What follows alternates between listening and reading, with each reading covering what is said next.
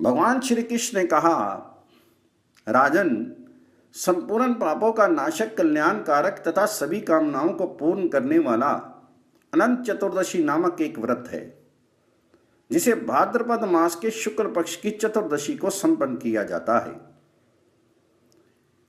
युधिष्ठिर ने पूछा, भगवान, आपने जो अनंत नाम लिया है, क्या ये अनंत शेषनाग हैं या कोई अन्य नाग हैं, या परमात्मा है या ब्रह्म है?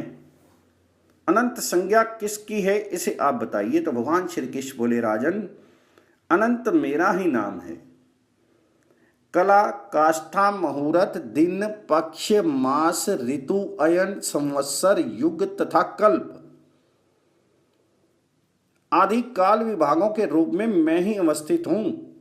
संसार का सारा भार उतारने तथा दानवों का विनाश करने के लिए वासुदेव के कुल में मैं ही उत्पन्न हुआ हूं। पार्थ, आप मुझे ही विष्णु, जिष्णु, हर, शिव, ब्रह्मा, भास्कर, शेष, सर्वव्यापी ईश्वर समझिए, और अनंत भी मैं ही हूं। मैंने आपको विश्वास उत्पन्न करने के लिए ऐसा कहा है। तो युधिष्ठिर ने पुनः पूछा, भगवान, मुझे आप अनंत व्रत के महात्म और विधि को तथा इसे किसने पहले किया था और इस व्रत का क्या पुण्य है, इसे बतलाइए। तो भगवान श्री कृष्ण ने कहा, युधिष्ठिर, इस संबंध में एक प्राचीन आख्यान है, उसे आप सुने। कृत युग में विशिष्ट गोत्री समंतु नाम के एक ब्राह्मण थे। उनका महर्षि भृगु की कन्या दीक्षा से वेदोक्त विधि से विवाह हुआ था। उन्हें सभी शुभ लक्षणों से संपन्न एक कन्या उत्पन्न हुई, जिसका नाम शीला रखा गया। कुछ समय बाद उसकी माता दीक्षा का ज्वर से देहांत हो गया और उस पतिव्रता को स्वर्गलोक प्राप्त हुआ। समंतु ने पुनः एक ककर्षा नाम की कन्या से विवाह कर लिया। वे अपने ककर्षा नाम के समान ही दुशील, ककर्ष तथा नित्य क्लयकारिणी एवं चंडी रूपा थी। शीला अपने पिता के घर में रहती हुई दीवाल, देहली तथा स्तंभ आदि में मांगलिक, स्वास्तिक, पद्म, शंख आदि विष्णु चिन्हों को अंकित करके उनकी अर्चना करती रहती थी। समंतु को शीला के विवाह की चिंता होने लगी। उन्होंने शीला का विवाह कौंडिन्य मुनि के साथ कर दिया। विवाह के अनंतर समंतु ने अपनी पत्नी से कहा, देवी, दामाद के लिए पारितोषिक रूप में कुछ दहेज द्रव्य देना चाहिए। ये सुनकर ककर्षा क्रुद्ध हो उठी। उसने घर में बने मंडप को उखाड़ डाला और भोजन से बचे हुए कुछ पदार्थों को पाथे के रूप में प्रदान करके कहा, चले जाओ। फिर उसने कपाट बंद कर दिया। कौंडिन्य भी शीला को साथ लेकर बैलगाड़ी से धीरे धीरे वहां से चल पड़े। दोपहर का समय हो गया। वे एक नदी के किनारे पहुंचे। शीला ने देखा कि शुभ वस्त्रों को पहने हुए कुछ स्त्रियां चतुर्दशी के दिन भक्ति पूर्वक जनार्दन की अलग अलग पूजा कर रही हैं। तो शीला ने उन स्त्रियों के पास जाकर पूछा, देवियों, आप लोग यहाँ किसकी पूजा कर रही हैं? इस व्रत का क्या नाम है? इस पर वे स्त्रियां बोली, ये व्रत अनंत चतुर्दशी नाम से प्रसिद्ध है। तो शीला बोली, मैं भी इस व्रत को करूंगी। इस व्रत का क्या विधान है? किस देवता की इसमें पूजा की जाती है और दान में क्या दिया जाता है, इसे आप लोग बताइए। तो इस पर स्त्रियों ने कहा, शीले, प्रस्थ भर पके हुए अन्न का नैवेद्य बनाकर, अर्थात एक शेर नैवेद्य बनाकर नदी तट पर जाएं। वहां स्नान करके एक मंडल में अनंत रूप भगवान विष्णु की गंध, पुष्प, धूप, दीप आदि उपचारों से पूजा करें और कथा सुने। उन्हें नैवेद्य अर्पित करें। नैवेद्य का आधा भाग ब्राह्मण को निवेदित करके आधा भाग प्रसाद रूप में ग्रहण करने के लिए रखें।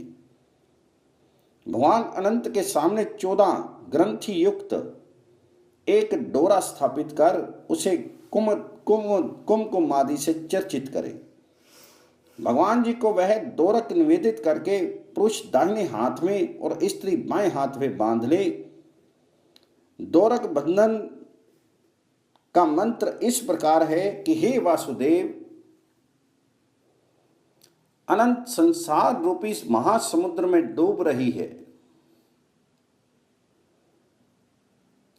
आप मेरा उद्धार करें।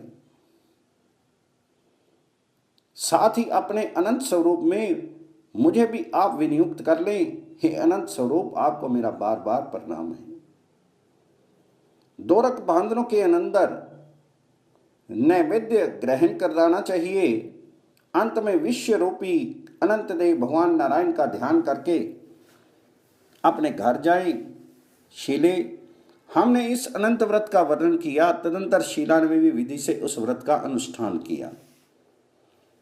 पाथे निवेदित कर उनका आधा भाग ब्राह्मण को प्रदान कर आधा स्वयं ग्रहण किया और दोरक भी बांधा। उस समय शीला के पति कौंडिन्य भी वहां आए। फिर वे दोनों बैलगाड़ी से अपने घर की ओर चल पड़े। घर पहुंचते ही व्रत के प्रभाव से उनका घर प्रचुर धन धान्य एवं गौधन से संपन्न हो गया। वे शीला भी मणि, मुक्ता तथा स्वर्ण आदि के हारों और वस्त्रों से शोभित हो गई। वे साक्षात सावित्री के समान दिखलाई देने लगी। कुछ समय बाद एक दिन शीला के हाथ में बंधे अनंत दोरक को उसके पति ने क्रुद्ध होकर तोड़ दिया। उस विपरीत कर्म विपाक से उसकी सारी लक्ष्मी नष्ट हो गई। गौधन आदि चोरों ने चुरा लिया। सभी कुछ नष्ट हो गया। आपस में कलह होने लगा। मित्रों ने संबंध तोड़ दिए। अनंत भगवान के तिरस्कार करने से उनके घर में दरिद्रता का साम्राज्य छा गया। दुखी होकर कौंडिन्य एक गहन वन में चले गए और विचार करने लगे कि मुझे कब अनंत भगवान के दर्शन का सौभाग्य प्राप्त होगा।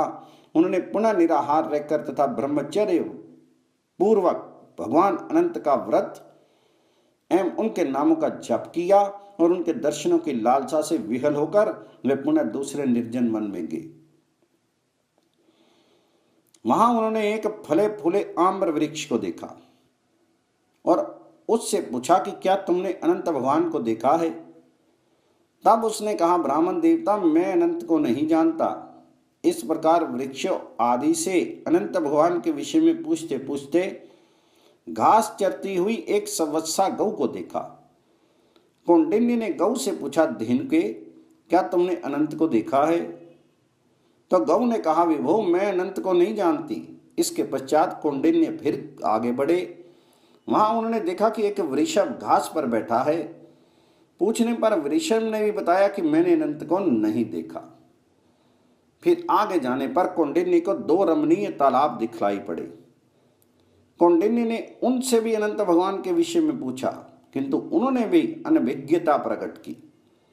इसी प्रकार कौंडिन्य ने अनंत के विषय में गरधर तथा हाथी से पूछा।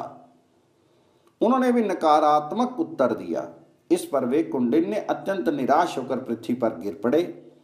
उसी समय कौंडिन्य मुनि के सामने कृपा करके भगवान अनंत वृद्ध ब्राह्मण के रूप में प्रकट हो गए और पुनः उन्हें अपने दिव्य चतुर्भुज विश्व रूप का दर्शन कराया।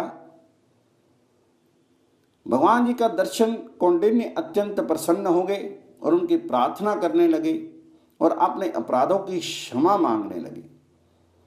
पापोऽहं पाप कर्माहम पापात्मा पाप संभव पाहि मां पुंडरीकाक्ष सर्व पाप हरो भव अद्य मे सफलम जन्म जीवितम च सुविजितम। कौंडिन्य ने भगवान जी से पुनः पूछा, भगवान, घोर वन में मुझे जो आम्र वृक्ष, वृषभ, गौ, पुष्करणी, गर्दभ तथा हाथी मिले वो कौन थे? आप तत्वता इसे बतलाइए। तो भगवान बोले, द्विजदेव, वह आम्र वृक्ष पूर्व जन्म में एक वेदज्ञ विद्वान ब्राह्मण था, किंतु उसे अपनी विद्या का बड़ा गर्व था। उसने शिष्यों को विद्या दान नहीं दिया, इसलिए वह वृक्ष योनि को प्राप्त हुआ। जिस गौ को तुमने देखा वह उपजाऊ शक्ति रहित वसुंधरा थी। वह भूमि सर्था निष्फल थी, अतः वह गौ बनी। वृषभ सत्य धर्म का आश्रय ग्रहण करके धर्म स्वरूप ही था। वे पुष्करणी धर्म और अधर्म की व्यवस्था करने वाली दो ब्राह्मणियां थी। वे परस्पर बहनें थी, किंतु धर्म अधर्म के विषय में उनमें परस्पर अनुचित विवाद होता रहता था। उन्होंने किसी ब्राह्मण अतिथि अथवा भूखे को दान भी नहीं दिया था। इसी कारण से वे दोनों बहनें पुष्करणी हो गई। यहां भी लहरों के रूप में आपस में उनमें संघर्ष होता रहता है। जिस गर्दभ को तुमने देखा वह पूर्व जन्म में महान क्रोधी व्यक्ति था और हाथी पूर्व जन्म में धर्म दूषक था। हे विप्र, मैंने तुम्हें सारी बातें बतला दी। अब तुम अपने घर जाकर अनंत व्रत करो, तब मैं तुम्हें उत्तम नक्षत्र का पद प्रदान करूंगा। तुम स्वयं संसार में पुत्र पुत्रों एवं सुख को प्राप्त करके अंत में मोक्ष प्राप्त करोगे। ऐसा वर देकर भगवान अंतर ध्यान हो गए। कौंडिन्य ने भी घर जाकर भक्ति पूर्वक अनंत व्रत का पालन किया और अपनी पत्नी शीला के साथ वे धर्मात्मा उत्तम सुख प्राप्त करके अंत में स्वर्ग में पुनर्वसु नामक नक्षत्र के रूप में प्रतिष्ठित हुए। जो व्यक्ति इस व्रत को करता है या इस कथा को सुनता है वह भी भगवान जी के स्वरूप में मिल जाता है।